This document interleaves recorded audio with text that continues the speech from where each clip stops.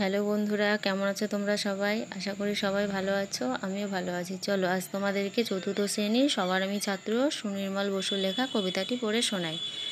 কি বলেছে? আকাশ আমায় শিক্ষা দিল উদার হতে ভাইরে, কর্মী হবার মন্ত্র আমি বায়ুর কাছে পাইরে।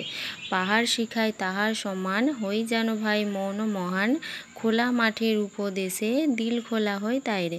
তাই তো? তাহলে এখানে কি বলেছে? আকাশ আমায় শিক্ষা দিল উদার হতে ভাইরে। তাহলে আকাশ কি শিক্ষা দিচ্ছে? উদার হতে। তারপরে বলেছে কর্মী হবার মন্ত্র আমি বায়ুর কাছে পাইরে। বায়ুর কাছ থেকে কিসের মন্ত্র পাচ্ছে? কর্মী হবার। পরের লাইন দেখো, পাহাড় শিখায় তাহার সমান, হই যেন ভাই মৌন মহান। পাহাড় কি শেখাচ্ছে? মৌন মহান হবার শিক্ষা, তাই তো? আর খোলা মাঠের উপদেশে দিল খোলা হয় তাইরে। তাহলে কি বলছে? খোলা মাঠের উপদেশে দিল খোলা হতে পারছে, তাই তো? তাহলে আমরা প্রথম স্তবক থেকে কি শিখলাম? 8 লাইন আছে দেখো।